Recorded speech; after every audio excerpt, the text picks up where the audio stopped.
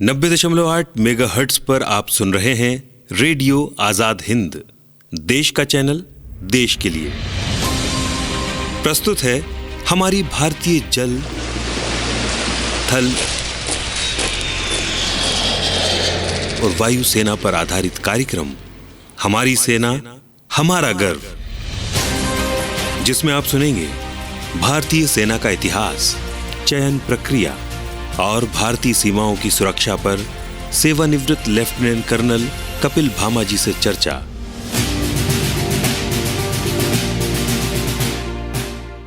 .8 megahertz पर श्रोताओं आप सुन रहे हैं रेडियो आजाद हिंद के साथ, और ये कार्यक्रम है हमारी सेना हमारा गर्व। वाकई में श्रोताओं, गर्व है हमें अपने आप पर कि हम एक ऐसे देश के नागरिक हैं जहां के युवा स्वेच्छा से अपनी मातृभूमि की रक्षा करने और देश सेवा के लिए स्वेच्छा से हमारी सशस्त्र सेनाओं में सेवा देने के लिए तत्पर रहते हैं। वरना विश्व में कई ऐसे देश भी हैं जहां उस देश के हर युवा पर सेना में जाने की अनिवार्यताएं बनाई गई हैं, चाहे वो इसके लिए उत्सुक हो या ना हो। श्रोताओं, आजादी के बाद से ही हमारे राष्ट्र ने कई तरह की आपदाओं और युद्धों का सामना किया है, और जब भी राष्ट्र की सुरक्षा और अस्मिता पर प्रश्न आया है, हमारी भारत की युवा शक्ति ने अपनी सशस्त्र सेनाओं के रूप में इन कठिनाइयों से बड़े ही साहस के साथ मुकाबला किया है। आज का भारत युवाओं का भारत है, क्योंकि हमारी आबादी का सबसे बड़ा हिस्सा युवा ही तो हैं, और युवा पीढ़ी ही इस देश का भविष्य है। यदि देश की युवा पीढ़ी अनुशासित, स्वस्थ और साहसी है तो देश के विकास को और देश की सुदृढ़ता को कभी ठेस नहीं पहुंच सकती। इसी सोच को ध्यान में रखते हुए आजादी के बाद से ही कई कदम उठाए गए, ताकि देश का युवा नेतृत्वशाली, सशक्त और साहसी नागरिक बन सके। और एनसीसी यानी नेशनल कैडेट कोर की गठन इसी सोच का परिणाम है। तो आज कार्यक्रम की इस कड़ी में हम बात करेंगे एनसीसी पर, और हमेशा की तरह हमारे साथ हैं लेफ्टिनेंट कर्नल कपिल भामा, जिन्होंने लगभग 20 वर्षों तक भारतीय सेना में अपनी सेवाएं दी हैं। सर, एक बार फिर स्वागत है आपका स्टूडियो में। जय हिंद पूर्वा जी, जय हिंद श्रोताओं। नेशनल कैडेट कोर जी, जब भी आप ये शब्द का जिक्र आता है तो मेरे ख्याल से मेरे सामने तो एक बहुत ही यंग स्मार्ट बॉय और girl dressed up in a uniform moving around in a discipline manner वो दिखता है। बिल्कुल सर। आरडी परेड जब होती है, रिपब्लिक डे परेड होती है, आप उनको देखिए, उस समय जो उनके चेहरे पे जोश रहता है, जोश आता है जी, वो देखते ही बनता है जी। और जिस तरह से उनकी मेहनत झलकती है जी, मतलब वो ऑलमोस्ट रेगुलर आर्म फोर्सेस के साथ जो है कदम से कदम मिला के चल रहे होते बिल्कुल हैं। Sir. So this is one of the most ऐसी फोर्स है ये जो कि युवाओं को डिसिप्लिन करने में, उनमें एक जोश भरने में, जिसका बहुत ही बड़ा योगदान रहा जी, है। बिल्कुल सर। इसके बारे में हम थोड़ा सा जिक्र करते हैं कि पहली बात तो ये है कि ये वॉलंटियर फोर्स है। आपने बिल्कुल सही कहा था जी, कि हमारे यहाँ जो है ये युवा जो है ये इतने तत्पर रहते हैं कि हमें कभी फोर्स करने की जरूरत ही नहीं पड़ती जी, बिल्कुल। और वही हमने एनसीसी में भी देखा है कि वहाँ पे भी हर विंग में, जूनियर डिवीजन, सीनियर डिवीजन, हर जगह जो है बच्चे जो है बिल्कुल पूरे जोश से तैयार रहते हैं हमें एनसीसी का हिस्सा बनना है। जो ट्रेन, मोटिवेटेड, डिसिप्लिन फोर्स है, जो इसको बनाया किस लिए गया था, क्योंकि एक सोच आई थी कि हमारे पास एक ऐसी ऑर्गेनाइजेशन होनी चाहिए कि जो देश को अगर मुसीबत पड़ती है, मतलब किसी तरह से हमारे पास इमरजेंसी में जो है हमारी देश की आर्म फोर्सेस को मदद कर सके। दूसरा, इसके अलावा अगर जरूरत पड़े तो सिविल एडमिनिस्ट्रेशन को मदद कर सके। तीसरा, एक ऐसा ट्रेनिंग प्रोग्राम जिससे कि जो देश के युवा हैं मतलब उनके अंदर जो है एक देशभक्ति की भावना हो जी, उनके अंदर अनुशासन हो जी, उनके अंदर फिजिकल फिटनेस हो, उनको ये पता चले कि हमारा देश क्या है, कितना विशाल है, कितना विस्तृत है, वो दूसरे स्टेट्स के लोगों के बारे में जान पाए जी। एक कम्युनल हार्मोनी वो हो लोगों के बीच में जो है। तो इन सब एम्स के लिए जो है इस फोर्स का गठन किया गया था। ये जो है 48 में पार्लियामेंट एक्ट के बाद एनसीसी का मतलब एक जन्म हुआ, और इसमें जो है सबसे पहले एनसीसी सेक्रेटरीट सेटअप हुआ था। अच्छा। जो मिनिस्ट्री ऑफ डिफेंस के अंडर में। जो कि आजकल जिसको हम एनसीसी डायरेक्टरेट बोलते हैं। तो जो सबसे पहला जब सेक्रेटरीट सेटअप हुआ था उसको कर्नल जी बीवूर थे। अच्छा। जो बाद में हमारे चीफ ऑफ आर्मी स्टाफ भी बने थे, जनरल बीवूर जी। तो वो फर्स्ट डायरेक्टर थे इस ऑर्गेनाइजेशन के। अच्छा। उसके बाद जो है हेडक्वार्टर बना। तो अब देखिए मार्च में मतलब जैसे हेडक्वार्टर बना था, उन्होंने 31 मार्च को चार्ज एज्यूम किया था और जुलाई में जो है इसकी जो योजना है ये योजना स्कूलों में इम्प्लीमेंट हुई थी। अच्छा। गर्मियों की छुट्टियों के बाद जब स्कूल कॉलेजेस खुले थे, जब समर वेकेशन के बाद हुए, तो उस साल 1948 में ही NCC was able to establish almost 96 units. पहले ही साल में जिसमें कि उन्होंने 83 इन्फेंट्री यूनिट्स थी, आर्मर्ड की एक थी, फिर आरटी इंजीनियर सिग्नल्स की यूनिट्स थी। यूनिट्स का मतलब ये होता है कि वो बेस बन जाता है, न्यूक्लियस बन जाता है। अच्छा जी। एक तरह से बिल्कुल। फर्स्ट ईयर में ही तकरीबन 20,000 कैडेट्स जो है इसमें शामिल हो गए थे। क्या बात है। उस समय जो है ये सिर्फ मेल्स के लिए था जब शुरू में आया शुरुआत में जी। लेकिन immediately next year that is in 49 जो है जुलाई 1949 में ये गर्ल्स डिवीजन भी आ गई थी। अच्छा, अगले ही वर्ष, अगले साल जो आ गई थी। क्या बात है। फिर एनसीसी का विस्तार हुआ तो 1950 में जो है एयरविंग भी इसमें जुड़ गया। तो उसमें एक स्क्वाड्रन मुंबई में रेज हुई थी, एक कोलकाता में रेज हुई थी। एंड फिर जो नेवी है, नेवल विंग जो है वो 1952 में हो गया था। तो इस तरह से जो ये ऑर्गेनाइजेशन एग्जिस्टेंस में आई 48 से 52 के बीच में तीनों विंग्स में आ गई थी। और जैसे हमने बोला फर्स्ट ईयर से शुरू करके आज आप ये देखिए कि it is the force consisting of almost 13 lakh plus people। क्या बात है। वर्ल्ड की सबसे बड़ी स्टूडेंट लेवल की ये ऑर्गेनाइजेशन है, वॉलंटियर ऑर्गेनाइजेशन। सर बहुत गर्व की बात है। बहुत गर्व की बात है। और इसका जो एम था वो यही था कि हमारे जो बच्चे हैं उनके में कोर वैल्यूज डेवलप हो, पेट्रोटिज्म हो, मतलब देशभक्ति की भावना हो, लीडरशिप क्वालिटीज हो, इनिशिएटिव होता है, करेज होता है, फिजिकल फिटनेस होती है, मेंटल रॉबस्टनेस होती है, ऑनेस्टी है, इंटीग्रिटी है ना, तो सेल्फलेस सर्विस है। तो ये सब जो है मतलब एम को मद्देनजर रखते हुए इस ऑर्गेनाइजेशन को बनाया। कुल मिलाकर आप मतलब एक देश के जिम्मेदार नागरिक बने। बिल्कुल, ये तो सबसे बड़ा, ताकि अगर आपने उनको ट्रेनिंग दी है वो आर्म फोर्सेस में ना भी जाएं, किसी भी ऑर्गेनाइजेशन में जाएं, अपना भी काम करें, तो एक उनके अंदर एक भावना हो जी, और दूसरा है वो डिसिप्लिन रहे, है ना, क्योंकि ये तो एक ऐसी चीज होती है अगर आपने एक बार डेवलप कर दी तो फिर आजीवन है सर, आजीवन है जी। और ये देखा भी गया है कि जो एनसीसी में होते हैं उनका एक अलग पर्सनालिटी होती है। जी बिल्कुल सर, उनका व्यक्तित्व अलग ही झलकता है, अलग ही झलकता है जी। हम इसके बारे में थोड़ा सा ऑर्गेनाइजेशन के बारे में जिक्र करते हैं। हाँ जी बिल्कुल। अगर आप देखें तो दिल्ली में जो है हमारा एनसीसी हेडक्वार्टर है, जिसको कि डायरेक्टर जनरल एनसीसी जो होते हैं वो लेफ्टिनेंट जनरल रैंक के ऑफिसर होते हैं, जिसके इक्विवेलेंट जो एयरफोर्स और नेवी में होते हैं, वो उसको कमांड करते हैं।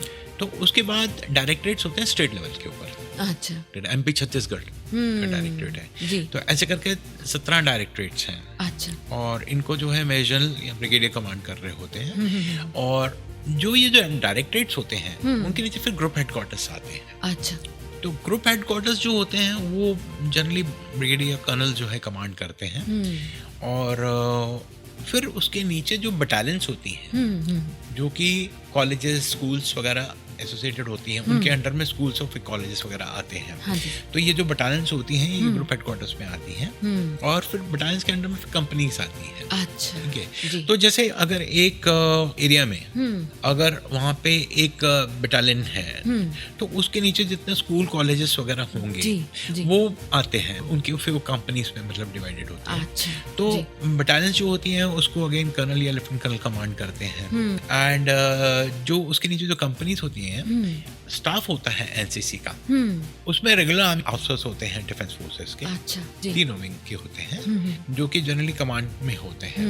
और ग्रुप हेडक्वार्टर में जैसे एडम ऑफिसर्स वगैरह होते हैं वो भी उसके होते हैं जी। फिर इसके अलावा इसमें एक और एंट्री होती है, एएनओस होते हैं, एसोसिएट एनसीसी ऑफिसर्स बोलते हैं। ओके जी। जो कि कॉलेज में जो टीचर्स होते हैं या कॉलेज के जो प्रोफेसर्स होते हैं जो इंटरेस्टेड होते हैं एनसीसी में, जो वॉलंटियर करते हैं जी, तो उनको कॉलेज का जो होती है, एनसीसी ऑर्गेनाइजेशंस होती हैं, उनको कंट्रोल करते हैं। अच्छा, इनकी ट्रेनिंग होती है विमेंस के लिए, जो है ग्वालियर में है स्कूल इनका, और कॉलेज एनसीसी कॉलेज है, और कामटी में जो है ओटीएस कामटी है, वहाँ पे ट्रेनिंग होती है। इसके अलावा जो है परमानेंट स्टाफ होता है, उसमें ये आर्म फोर्सेस का होता है। अच्छा। फिर सिविलियंस होते हैं जो कि मतलब सिविल स्टाफ होते हैं जो बाकी एडमिनिस्ट्रेशन के लिए होते हैं, क्लरिकल स्टाफ होता है, वो रहता है। तो इस तरह से ये ऑर्गेनाइजेशन जो है वो मिक्स होती है। तो सर क्या जो संगठन है एनसीसी वो भी क्या रक्षा विभाग के अंतर्गत आता है? हाँ जी, ये रक्षा विभाग के अंतर्गत ही आता है, मिनिस्ट्री ऑफ डिफेंस में ही आता है जी। और जैसे हमने बताया कि इससे टोटल तरह से मिक्स हो रहता है। तो इसमें जो स्टेट है, स्टेट लेवल से भी एम्प्लॉइज होते हैं, देन उसके बाद जो है आर्म फोर्सेस के होते हैं, सिविलियंस होते हैं, सब मिलके होता है। सबसे जो इम्पोर्टेंट चीज है एनसीसी में वो होती है ट्रेनिंग। ट्रेनिंग जो है सबसे ज्यादा महत्व रखती है एनसीसी में। और over a period of time क्या हुआ कि इवॉल्व होते होते आज हमारा जो ट्रेनिंग प्रोग्राम है एनसीसी का वो बहुत ही सशक्त माना जाता है, बहुत ही अच्छा माना जाता है, जिसमें कि सारे के सारे अपग्रेडेशंस होते रहते हैं, लेटेस्ट डेवलपमेंट्स होते रहते हैं, और से जो हमारे एम है जो एनसीसी के उसको पूरा करने में सक्षम है आज तक। तो सर अब एक प्रश्न ये आता है कि स्कूल लेवल से यदि कोई बच्चा एनसीसी ज्वाइन करना चाहता है तो उसकी कितनी उम्र होना चाहिए, या वो किस स्टैंडर्ड से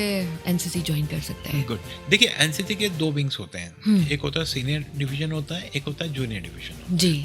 जूनियर डिवीजन से हम बात करते हैं, जूनियर डिवीजन 9th 10th जी 11th 12th में होता है। अच्छा। तो उस उम्र के बच्चे उसको ज्वाइन करते हैं, और सीनियर डिवीजन कॉलेज में होता है। तो ये जो होते हैं बच्चे जो है उसके हिसाब से जो क्लास में होते हैं, जिस क्लास में वो उसमें वो लोग ज्वाइन करते हैं। तो उनको वहाँ पे ये इंडिपेंडेंस रहती है कि उस कॉलेज का एसोसिएशन जिस के साथ है, आर्मी के साथ है, नेवी के साथ है, एयरफोर्स के साथ है, तो accordingly they are able to join. तो सर ये तो हो गया कि हमने एनसीसी ज्वाइन कर ली, तो अब ट्रेनिंग किस तरह से होती है उनकी? एनसीसी की जो ट्रेनिंग होती है जी, उसको अगर हम बोलें, जैसे एक तो होता है वीकली ट्रेनिंग्स होती हैं, उसको हम इंस्टीट्यूशनल ट्रेनिंग्स बोलते हैं। अच्छा। आपने देखा होगा कॉलेज में, स्कूल्स में हफ्ते में एक दिन जो है, 2 दिन जो है परेड्स होती हैं। हाँ जी। और उनके लेक्चर्स होते हैं, है ना, तो वो उसको इंस्टीट्यूशनल ट्रेनिंग्स बोलते हैं। अच्छा। उसके बाद जो होता है कैंप्स होते हैं जी। कैंप्स का एनसीसी में बहुत महत्व है सर। अच्छा, निसंदेह मैं भी एनसीसी में अंडर ऑफिसर रहा हूँ और आप भी एनसीसी स्टूडेंट रही हैं, तो हम दोनों समझते हैं कि कैंप्स की जो इम्पोर्टेंस है, मतलब it has got a special place. और जितना आपको वहाँ सीखने मिलता है उतना शायद कहीं नहीं मिलता। तो इनके जो कैंप्स होते हैं उसमें एनुअल ट्रेनिंग कैंप्स होते हैं जो कि साल में एक बार जो हेड होता है, एंड उसमें जो सेम लीडरशिप क्वालिटीज के ऊपर बहुत ध्यान दिया जाता है, टीम स्पिरिट के ऊपर बहुत ध्यान देते हैं, ड्रिल्स होती हैं, physical fitness, weapon training, and even social activities. आपको याद होगा हम लोग सोशल एक्टिविटीज करते थे। मुझे कैंप्स की एक बात बहुत अच्छी लगी थी जब मैं भी था तब भी, कि ये कैंप्स में सबसे बड़ी मदद जो मिलती है, जो हमारा सोशल डिफरेंस होता है, सोशल इनइक्वालिटी जो हो रहती है कि आप कहाँ से आए हो, किस घर से हो, आप कितने अमीर हो, क्या है, मतलब वो सब खत्म हो जाता है। सब खत्म हो जाता है सर, सब एक हो जाते हैं, सब एक हो जाते हैं, और आप सबके साथ मिलके रहना सीखते हैं। हाँ जी, बिल्कुल सर। आपके जो मॉरल वैल्यूज हैं, केयरिंग की, शेयरिंग की, है ना, डिसिप्लिन की, क्वालिटी की, वो बहुत अच्छे से डेवलप होती है। मुझे अभी भी मतलब याद है कि जो मेरे एनसीसी का पहला कैंप था, उसमें मतलब ये सब चीजें जब देखने को मिली थी। आप समाज के बहुत सारे अलग अलग तबके के लोगों से मिलते हैं। गांव के बच्चे वहां पे आते थे, तो किसी के फादर किसान थे और मुझे उनके बारे में इतनी जानकारी कभी नहीं हुई थी जितनी कि उस कैंप में जो 10 से 12 दिन का जो हमने कैंप किया था, ट्रेनिंग कैंप, उस दौरान हुई। और उस समय जो दोस्ती भी जो होती है वो बहुत ही अच्छी मतलब वो रही। इसी तरह से ये जो एनुअल ट्रेनिंग कैंप्स होते हैं ये ग्रुप और डायरेक्टरेट लेवल पे होते हैं स्टेट में। फिर उसके बाद दूसरे कैंप्स होते हैं जैसे सेंट्रली ऑर्गेनाइज कैंप्स होते हैं। अच्छा। जो कि डायरेक्टर जनरल एनसीसी लेवल पे प्लान किए जाते हैं। इसमें लीडरशिप कैंप्स होते हैं, ट्रैकिंग्स होती हैं, रॉक क्लाइंबिंग्स वाले कैंप्स होते हैं जो नेशनल लेवल पे होते हैं। इवन यूथ एक्सचेंज प्रोग्राम होता है जिसमें कि जो सेलेक्टेड कैडेट्स होते हैं वो दूसरी कंट्रीज में जाते हैं, रिप्रेजेंट करते हैं। It's a major opportunity which they get to interact with the foreign country students, वो रहता है। लीडरशिप कैंप्स रहते हैं। देन एक एसएसबी ट्रेनिंग कैंप रहता है। अच्छा। यहाँ मैं एक जिक्र करना चाहूंगा एसएसबी ट्रेनिंग ट्रेनिंग कैंप हाँ का। जी बिल्कुल सर। ये जो कैंप होता है इसमें आप सर्विस सिलेक्शन बोर्ड को कैसे फेस करते हैं, अच्छा, उसकी ट्रेनिंग दी जाती है। उसमें क्या क्या होता है, कैसे रहता है, उसके बारे में पूरा आपको बताया जाता है। और आई थिंक ये ट्रेनिंग कैंप्स जो थे, फर्स्ट ट्रेनिंग कैंप 1986 में ऑर्गेनाइज हुआ था। अच्छा, इसका जिक्र मैं इसलिए कर रहा हूँ क्योंकि मैं उसका हिस्सा था। क्या बात है सर। और मैं आज भी एनसीसी को धन्यवाद देता हूँ कि उस ट्रेनिंग कैंप के कारण ही जो है, उसके बाद मैंने आर्मी के लिए अप्लाई किया था, आर्म फोर्सेस के लिए, एंड मेरा फर्स्ट अटेम्प्ट में सिलेक्शन हुआ था। क्या बात है जी, I am always thankful to NCC Sir, that had sent me across for this training camp, SSB training camp. It was in OTS Kamti में हुआ था. It was a wonderful thing and I believe till date it is continuing. तो ऐसे और भी मतलब बहुत सारे स्पेसिफिक सर्विस ओरिएंटेड कैंप्स भी होते हैं जो अलग अलग आर्मी, नेवी, एयरफोर्स भी कराती है। एंड सबसे जो बड़ा कैंप होता है उसको रिपब्लिक डे कैंप बोलते हैं, RDC। मतलब उसका नाम सुनते ही हर एनसीसी के कैडेट के मतलब जो है का सपना होता है सर उस कैंप में सेलेक्ट होने का। उसका सबसे बड़ा सपना होता है कि आरडी का करना है। जी बिल्कुल सर। 1 जनवरी से 29 जनवरी को तक जो है हर साल ये होता है। जी। And it is like a culmination of all training activities of the year. बिल्कुल सर। और उसमें सिलेक्शन कितना टफ होता है, अपने आप को कितना प्रूव करना पड़ता है। And how important it is considered at a national level is कि it is inaugurated by honorable president. और जो कल्मिनेशन जो होता है वो प्राइम मिनिस्टर साहब करते हैं। जी बिल्कुल सर। एंड उसमें जितने कॉम्पिटिशंस होते हैं उसके लिए प्राइम मिनिस्टर बैनर दिया जाता है। हाँ जी। It is one of the most prestigious thing for a state to get. जी बिल्कुल। ड्रिल कंपटीशन में फर्स्ट आना मतलब बहुत बड़ा होता है और कितने सारे कॉम्पिटिशंस होते हैं जब हमने वहाँ पे देखे हैं। तो इसमें ओनली सिलेक्टेड कैडेट्स ओनली जी, पूरे राष्ट्र से सेलेक्ट होके आते हैं सर वहाँ। बिल्कुल, पूरे के पूरे स्टेट्स के जो है बच्चे वहाँ पे मिलते हैं और क्या माहौल होता है, कितना मतलब सीखने को मिलता है। इसमें एक और एम अचीव होता है हमारा कि हम जो बच्चे हैं उनको मोटिवेट करते हैं आर्म फोर्सेस ज्वाइन करने के लिए। जी बिल्कुल। तो एनसीसी का एक बहुत बड़ा मकसद ये भी है कि आप जो है बच्चों को ज्वाइन करने के लिए मोटिवेट कर सकें और इस मकसद में ये जो कैंप्स हैं बहुत बड़ा रोल प्ले करते हैं। बिल्कुल। इसके अलावा एक और बहुत अच्छा कैंप एनसीसी कराती है, एक भारत श्रेष्ठ भारत, जिसमें कि अगेन जो national integration, culture and communal harmony के बारे में नेशनल लेवल पे होता है। अलग अलग स्टेट से जो है कैडेट्स आते हैं, मिलते हैं, कॉम्पिटिशन करते हैं, ट्रेनिंग करते हैं। तो ये सारी चीजें उसमें होती हैं। और भी बहुत सारे ट्रेनिंग कैंप्स मतलब जो है ऑर्गेनाइज करे जाते हैं एनसीसी की तरफ से। रॉक क्लाइंबिंग हो गया, ट्रैकिंग हो गया, मिलिट्री अटैचमेंट्स होते हैं जो कि हमारे जैसे इंडियन आर्मी के बटालियंस के साथ होते हैं ताकि उनको एक मौका मिलता है कि बटालियन में कैसी फंक्शनिंग होती है, सोल्जर्स कैसे ट्रेनिंग करते हैं, कैसे रहते हैं। इवन OTA, IMA वगैरह में भी उनको जो है मौका दिया जाता है। तो सर आपने तो ये जो कैंप की बात की, इसके साथ एक प्रश्न मेरे मन में ये भी आता है कि जब कोई भी बच्चा एनसीसी ज्वाइन करता है तो क्या उन्हें कुछ इंसेंटिव्स भी मिलते हैं या कोई स्कॉलरशिप भी होती है क्या? बिल्कुल होती है जी। अपॉर्चुनिटी जो है ट्रेनिंग की और ये सब तो है ही। इसके अलावा सबसे बड़ा जो उनको इंसेंटिव मिलता है जॉब अपॉर्चुनिटीज में मिलता है and primarily in arm forces. जी। अगर आप C सर्टिफिकेट होल्डर हैं सीनियर डिवीजन के आर्म फोर्सेस में, अगर आप अफसर बनने के लिए जाते हैं, जैसे अगर आपका कंबाइंड डिफेंस सर्विस एग्जाम जो होता है तो उसका रिटन एग्जाम आपका वेव ऑफ हो जाएगा। अच्छा। आप डायरेक्टली इंटरव्यू के लिए अपीयर हो सकते हैं। हाँ, यानी आपको लिखित परीक्षा पास करने की आवश्यकता नहीं होती। ये बहुत बड़ा जो है इंसेंटिव है। मैं नहीं समझता इससे बड़ा कोई इंसेंटिव हो सकता है। बिल्कुल सर। एंड बच्चे जो रिक्रूटमेंट पे जाते हैं तो उनको वहाँ पे 5 to 10% बोनस मार्क्स मिलते हैं डिपेंडिंग अपॉन कि किसका रिक्रूटमेंट है, कौन से डायरेक्टर करा रही है, इन्फेंट्री है, मतलब अलग अलग वो रहता है। तो उसके हिसाब से 5 to 10% बोनस मार्क्स देते हैं। देन अगर आप सेंट्रल आर्म पुलिस फोर्सेस में जा रहे हैं, पैरामिलिट्री फोर्सेस में जा रहे हैं, डिपार्टमेंट ऑफ कम्युनिकेशन है जिसे वो लोग बोनस मार्क्स देते हैं, जो है प्रेफरेंस देते हैं। स्टेट गवर्नमेंट में अगर आप अप्लाई करते हैं, पुलिस फोर्सेस में अप्लाई करते हैं, प्राइवेट सेक्टर में अप्लाई करते हैं तो वहाँ पे भी उनको प्रेफरेंस दिया जाता है। बिल्कुल सर।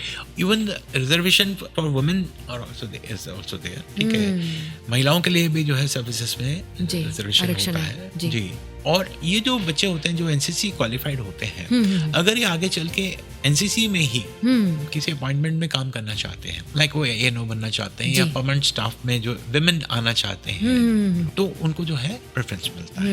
एंड एक इनकी कैडेट वेलफेयर सोसाइटी होती है। अच्छा। अगर किसी कैडेट को किसी तरह की इंजरी हो जाती है तो उसको फाइनेंशियल असिस्टेंस दी जाती है। अगर खुदा न खास्ता अगर कोई कैटल इंजरी होती है तो भी को जो है असिस्टेंस, फाइनेंशियल असिस्टेंस प्रोवाइड कराई जाती है जी। और बहुत सारे स्टेट्स लेवल पे जो ब्रिलियंट स्टूडेंट्स होते हैं एनसीसी के, उनको स्कॉलरशिप्स भी मिलती हैं। ओवरऑल इंसेंटिव्स तो बहुत ज्यादा हैं इसमें, हम नटशेल में बता रहे हैं। और ये टाइम टू टाइम इनके बारे में और आते रहते हैं जी। सर, हम कहीं भी अप्लाई करते हैं और यदि हमारे पास एनसीसी का सर्टिफिकेट है, जो इंटरव्यूअर है उसका देखने का नजरिया ही बदल जाता है। बिल्कुल सही कहा आपने, बिल्कुल इंटरव्यू का देखने का नजरिया बदल जाता है। आपकी खुद के एक कॉन्फिडेंस में फर्क आता है, आपको बिल्कुल पर्सनालिटी फर्क आता है। आप कैसे अंदर जाते हैं, वॉक करते हैं, वो बहुत मायने रखता है और बहुत फर्क आता है। और पता नहीं, मैं अपना पर्सनल एक्सपीरियंस शेयर करूंगा कि जब हम एनसीसी में ओटीएस कमेटी में थे, जैसे मैंने बताया एडवांस लीडरशिप कोर्स कर रहे थे, तो हम 3 दोस्त बने थे, 3 लोग। एक उसमें से नॉर्थ के थे, एक साउथ के और एक मैं सेंट्रल भोपाल से था। एंड आज तक हम तीनों दोस्त हैं। वो समय ही सर ऐसा रहता है, वो कैंप का समय तो कभी भूला नहीं जा सकता। मतलब आज तक हमारी दोस्ती बरकरार है जी। और अभी रिसेंटली ही मतलब हम तीनों से एक जो दोस्त है उसके बेटे की शादी थी, तो हम सब वहाँ फिर से एकत्रित हुए थे। और आज भी जब मिले थे तब भी हम एनसीसी को याद कर रहे थे, वो कैंप को याद कर रहे थे जी। एक दूसरे से वही बात हो रही थी जी। तो it is one of the best period of my life which I had spent in NCC as a cadet. And I say that this is one organization which is doing an extremely wonderful job in training, in orienting, in disciplining the young youth. तो श्रोताओं, आज हमने जाना कि NCC युवाओं का एक ऐसा संगठन है जो एक विद्यार्थी के जीवन में अनुशासन, नेतृत्व और देशभक्ति की भावना जगाकर बड़ा ही मौलिक बदलाव लेकर आता है। कठोर प्रशिक्षण विद्यार्थी को टाइम मैनेजमेंट और टीम वर्क और साथ ही निर्णय लेने की कुशलता सिखाता है, जो आगे उसके जीवन के हर क्षेत्र में उसके लिए उपयोगी सिद्ध होता है। नियमित व्यायाम, खेल और ड्रिल उनमें शारीरिक फिटनेस बढ़ाते हैं, जबकि तरह तरह की सामुदायिक सेवाएं उन्हें समाज और देश के प्रति जिम्मेदार होना सिखाती हैं। श्रोताओं, आत्मविश्वास और दृढ़ संकल्प की शक्ति उन्हें जीवन की चुनौतियों से निडरता से लड़ने और उन पर विजय प्राप्त करने की ताकत देती है। एनसीसी उन्हें एक बेहतर नागरिक और एक सक्षम इंसान बनने में मदद करता है। तो फिर प्रेरित करिए अपने नौनिहालों को और अपने युवाओं को कि वे एनसीसी जरूर ज्वाइन करें। तो श्रोताओ, इसी के साथ हम आज की कड़ी का यहीं समापन करते हैं। सर, आपने एनसीसी के बारे में इतनी महत्वपूर्ण जानकारी हमारे साथ शेयर की, इसके लिए आपका बहुत बहुत धन्यवाद। धन्यवाद पूर्वा जी, धन्यवाद श्रोताओं। जय हिंद। जय हिंद सर।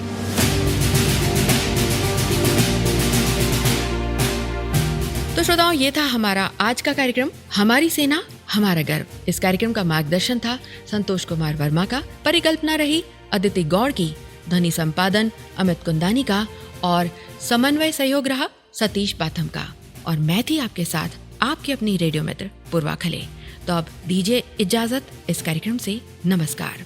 90.8 मेगाहर्ट्ज पर आप सुन रहे हैं रेडियो आजाद हिंद का प्रसारण। देश का चैनल, देश के लिए सुनते रहिए।